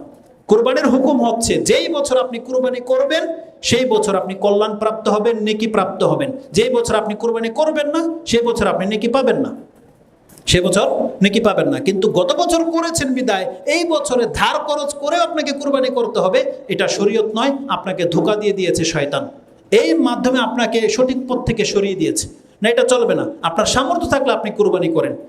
এইভাবে বেশ কিছু বাড়াবাড়ি আমাদের সমাজে হয়ে থাকে, এগুলো সব দূর হয়ে যাবে একটা পয়েন্ট যদি আপনার স্মরণে থাকে, সেটা হচ্ছে কুরবানির হুকুম কি।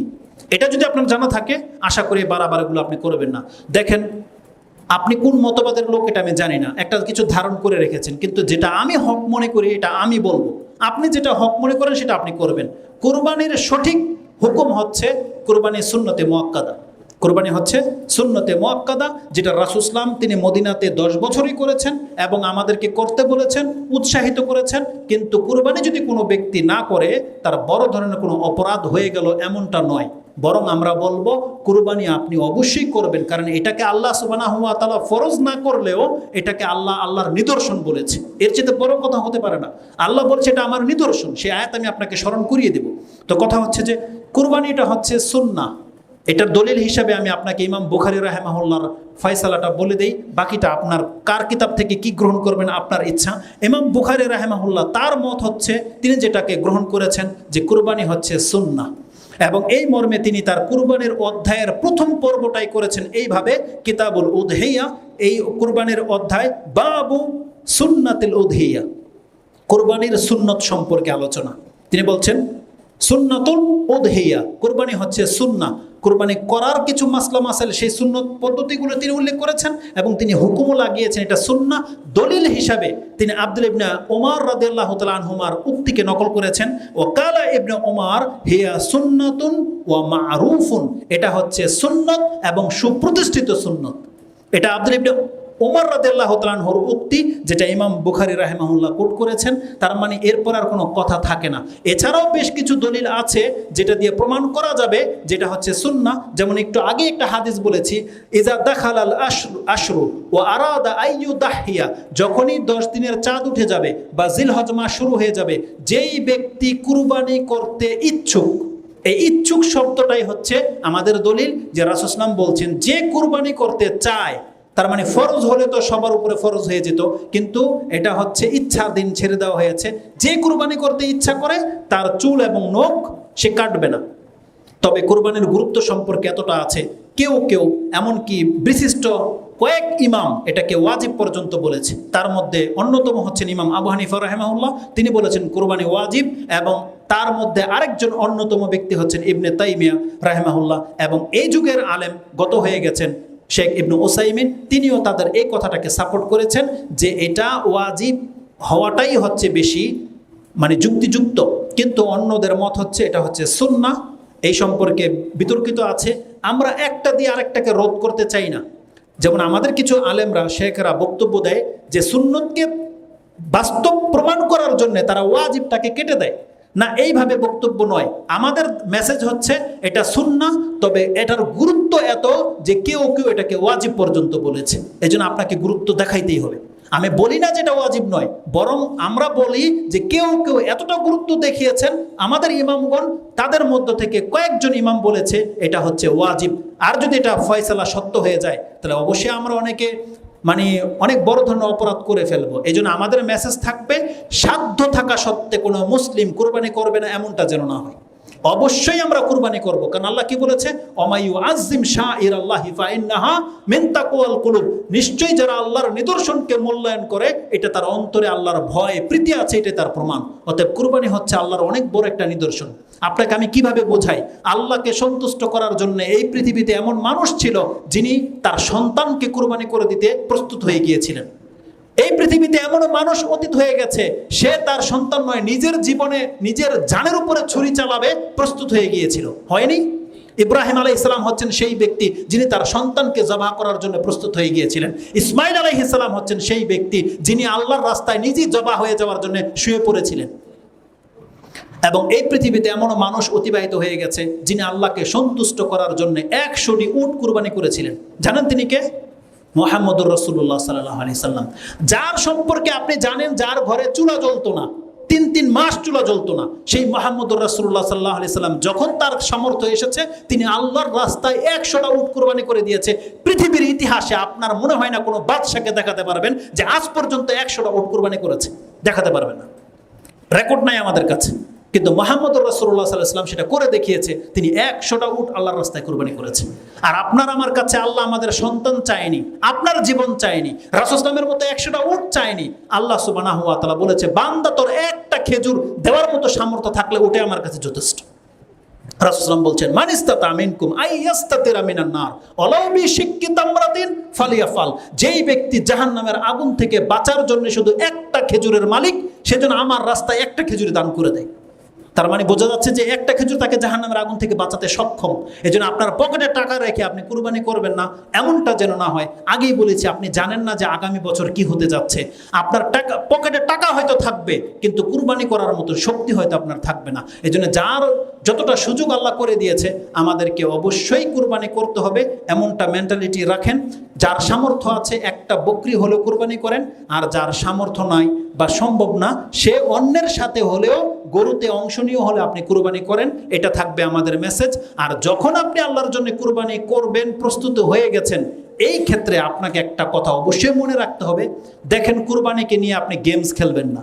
কুরবানি হচ্ছে একটা ইবাদত, সেই ইবাদত যত অল্প মূল্যেরই হোক, এটা আপনি আল্লাহর সন্তুষ্টির জন্য করার চেষ্টা করেন। কারণ আল্লাহ সুবহানাহু ওয়া তাআলা বলছেন, লা ইয়ানালাল্লাহু লুহুমুহা ওয়ালা দিমাউহা ওয়ালাকিন ইয়ানালুহু আত-তাকওয়া মিনকুম। এই আয়াতের ডিটেইলস আগামী খুতবা ইনশাআল্লাহুল আজিজ আসবে। শুধু আমি আপনাকে স্মরণ করিয়ে দিতে চাচ্ছি, বান্দা আল্লাহ সামান্যটুকু গ্রহণ করে, কিন্তু নীতি হলো দুইটা, হালাল হতে হবে, উত্তম হতে হবে। এই কথাটা হয়তো অনেকে ভুলে যান। যারা গরু কিনবেন, এই কথাটা এই জন্য বলার প্রয়োজন, যেহেতু এখন গরু কেনার সময় কোরবানির পশু আপনি সংগ্রহ করবেন। কি করবেন? দেখেন, আপনার টাকা যেন হালাল হয়, তাহলে আপনি কুরবানি করবেন, না হলে লোক দেখানো কুরবানি দিয়ে কোনো কাজ হবে না। আপনি হালাল টাকা দিয়ে কিনবেন, দ্বিতীয়টা হচ্ছে উত্তম একটা পশু কিনবেন। এই দুইটা জিনিস আল্লাহ চেয়েছে, যেটা আপনি সূরা বাকারার 264, 65 এই আয়াতগুলোতে পেয়ে যাবেন। আমি আয়াতের দিকে যাচ্ছি না। আল্লাহ বলছেন, বান্দা তোমাদেরকে যদি একটা পচা মাছ দেয়, তোমার ব্যাগে ঢুকবে না যদি তোমার চোখ খোলা থাকে। বোঝেন আল্লাহ কি বলেছে? যে বান্দা তোমাকে যদি একটা পচা সরা কিছু দেয় আর তোমার চোখ খোলা, তুমি দেখতে পেয়েছো, তুমি নিবা। আর একটা ছিঁড়া টাকা আমরা নিতে চাই না দেখার পরে, কিন্তু লুকিয়ে তো অনেক ফাড়া টাকা চলে আসে, আসে না? পচা মাছও চলে আসে। কিন্তু আল্লাহ বলছেন, বান্দা দেখে নেওয়ার পরে তুমি এটা গ্রহণ করবা। তাহলে তুমি বান্দা যখন দেখে নেওয়ার পরে এটা গ্রহণ করবা না, তাহলে আল্লাহ সুবহানাহু ওয়া তাআলা সম্পর্কে তোমার এত মন্দ ধারণা কেন? আল্লাহ কি চোখ বন্ধ করে আছে? আল্লাহ বলছেন, বান্দা আমি সব কিছু দেখতে পাই। যখন আল্লাহ দেখতে পাচ্ছে, তাহলে আল্লাহকে আপনি এত অল্প মূল্যের এত তুচ্ছ জিনিসটাকে আল্লাহর কাছে পেশ করেন কিভাবে? আল্লাহ কবুল করবে না। হাবিল আর কাবিলের ঘটনাতে কি আছে জানেন? কি করেছে? হাবিল একটা দুম্বা কোরবানি করেছিল, আর কাবিল শস্য দানা কোরবানি করেছিল। এর জন্য আল্লাহ কবুল করে নাই, এটা কারণ?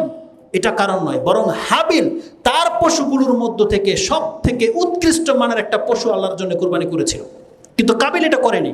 কাবিল যদি এক মুঠ শস্য যদি উত্তম কিছু দান করত, হয়তো কবুল হয়ে যেত। ও একেবারে থার্ড ক্লাসের কিছু পণ্য শস্য আল্লাহর কাছে কুরবানি করেছে, কিন্তু আল্লাহ এটা গ্রহণ করেনি।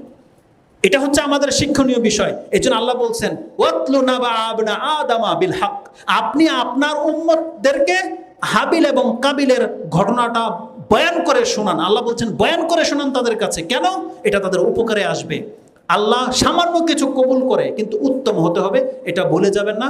এই জন্যে সর্বশেষ একটা হাদিস শুধু স্মরণ করিয়ে দিই, যে হাদিসটা আমাদেরকে ইঙ্গিত করে দেবে যে কুরবানির পশুর জন্য কোন পশুটা জায়েজ হবে না।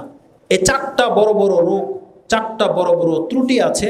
এই ত্রুটি থাকলে কুরবানি জায়েজ হবে না। হাদিসের 2টা শব্দ, লা তুজিজি, আরটা হচ্ছে লা তাজুজু, যথেষ্ট হবে না, আরেকটা বর্ণনায় জায়েজ হবে না। কোন পশু? রাসূল সাল্লাল্লাহু আলাইহি ওয়াসাল্লাম বলছেন, আরবাউন লা তুজিজিউ, যথেষ্ট হবে না 4 ধরনের রোগ থাকলে, অথবা লা তাজুজু, জায়েজ হবে না, ওটা হচ্ছে যথেষ্ট হবে না, এটা হচ্ছে জায়েজ হবে না। ফি আল আদাহি, কুরবানির ক্ষেত্রে 4টা পশু। সেটা কি?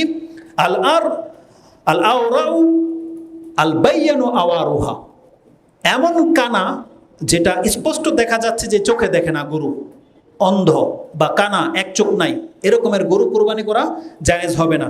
যদি কোনো ব্যক্তি হাটের থেকে কিনেও এনে ফেলেন রাতের বেলায়, তার মানে দিনের বেলায় জানতে পেরেছেন, আপনার উচিত সেটা বিক্রি করে দেওয়া অথবা এটাকে রেখে দেওয়া, এটাকে কুরবানি করা যাবে না। আপনার সামর্থ্য থাকলে আরেকটা কিনেন অথবা এটাকে বিক্রি করে দিয়ে আরেকটা নিয়ে আসেন, এটা কোনো অবস্থাতে জায়েজ হবে না। দ্বিতীয়ত যেটা, আল মারিদু আল বাইয়ানু মারাদুহা, এমন অসুস্থ আপনি বুঝতে পারতেছেন গরুর গায়ে অনেক জ্বর, ফেনা উঠে গেছে, দাঁড়াতে পারতেছে না, আপনি এটাকে বাঁচানোর জন্য কুরবানির উদ্দেশ্যে জবাই করতে পারবেন না, বরং গরুটাকে হালাল করার জন্য জবাই করতে পারবেন। মানে ঈদের আগে যখন জানবেন এটা মরে যাবে একটু পরে, তার আগে জবাই করে নেন যাতে এটা নষ্ট না হয়, কিন্তু কুরবানির জন্য জায়েজ হবে না এমন অসুস্থ গরু। তৃতীয় রোগ হচ্ছে ওয়াল আরজাউ আল বাইয়ানু জালুহা, এমন খোরা যে একটা পা একেবারে অকেজু, পা একেবারে অকেজু, এমন রোগ হয়েছে যেটা হাঁটতে পারে না বা প্যারালাইসিস একটা পা, এই ধরনের গরু কুরবানি পশু কুরবানি করা যাবে না। চতুর্থ হচ্ছে ওয়াল কাসীরাতু আল্লাযী লা তুজজি, আরেকটা বর্ণনা আসছে ওয়ালা বিল আজফাই আল্লাতী লা তুনকি, এমন গরু এমন বয়সে পৌঁছে গেছে বা এমন বৃদ্ধ হয়ে গেছে, শুধু চামড়াটা হাড্ডির সাথে লেগে গেছে, ধাক্কিয়ে নিয়ে আসতে হয়। আমাদের ভাষায় একটা বলে ট্যাং গরু, কি বলে? ট্যাং। এটা চলবে না। গত বছর বলেছিলাম, যখন রাস্তা দিয়ে আসতেছিলাম কাইক্কার টাইক থেকে দাঁতে নাই, হাড় হাড্ডি বেরিয়ে গেছে, এমন গরুকে কুরবানির জন্য নিয়ে আসা হচ্ছে। কেন? ওই যে আগেই বলেছি যে আমাদের বাড়াবাড়ির কারণে, যে কুরবানি না করতে পারলে লোকে কি বলবে। আপনি কি এই গরু দিয়ে জাতিকে সন্তুষ্ট করতে পারবেন? না আল্লাহকে সন্তুষ্ট করতে পারবেন, না আপনি নিজে সন্তুষ্ট, আর না কোনো আত্মীয়কে আপনি সন্তুষ্ট করতে পারবেন। এই গরুকে পছন্দ করে। এই জন্য এই শুধু সম্মান বাঁচানোর কাজ নয় এটা, আপনি আল্লাহর দিকে খেয়াল রাখেন, আল্লাহর দিকে খেয়াল রাখেন। কোন এক তাবি বলেছিল তার ছেলেকে, তুমি আল্লাহর জন্য কিভাবে কুরবানি করবে এই কথাটা মনে রাখেন প্রত্যেকে। তুমি তোমার সব থেকে সম্মানিত বন্ধুকে যেটা দিতে লজ্জা পাও, তুমি সেটা আল্লাহকে কিভাবে দিবা? তুমি যে জিনিসটা তোমার একটা সম্মানিত বাদশা বা একজন ব্যক্তিকে দিতে লজ্জা পাও, তুমি সেটা আল্লাহর জন্য পছন্দ করো কিভাবে? অতএব সামর্থ্য থাকলে কুরবানি করেন, উত্তমটা কিনেন। পশু পাননি, থেমে যান। আপনাকে ওই গোয়াল ঘর থেকে একটা হাড় হাড্ডি বেরিয়ে গেছে, এটাকে ধরে নিয়ে এসে কুরবানি করা যাবে না। ইমাম আবু দাউদ রাহিমাহুল্লাহ হাদিসটাকে কোট করেছেন। তিরমিজিতে আপনি হাদিসটি পাবেন। হাদিস হচ্ছে 3144 এবং 1417। এটা ছিল সর্বশেষ হাদিস। এরপরে যদি কোনো মাসলা মাসাইল বাকি থাকে, আপনাদের প্রত্যেকের আলেমের কাছ থেকে, যার সাথে যার সম্পর্ক আছে তার কাছ থেকে ডিটেলস জেনে নিয়েন। বিভিন্ন মাসলা মাসাইল বলার জন্য খুতবা নয়, তার মানে আমি সংক্ষিপ্ত পরিসরে যে কথাটা বলেছি, দেখেন আপনি পশুটাকে উত্তম পশু হিসেবে নির্বাচন করবেন, তার আগে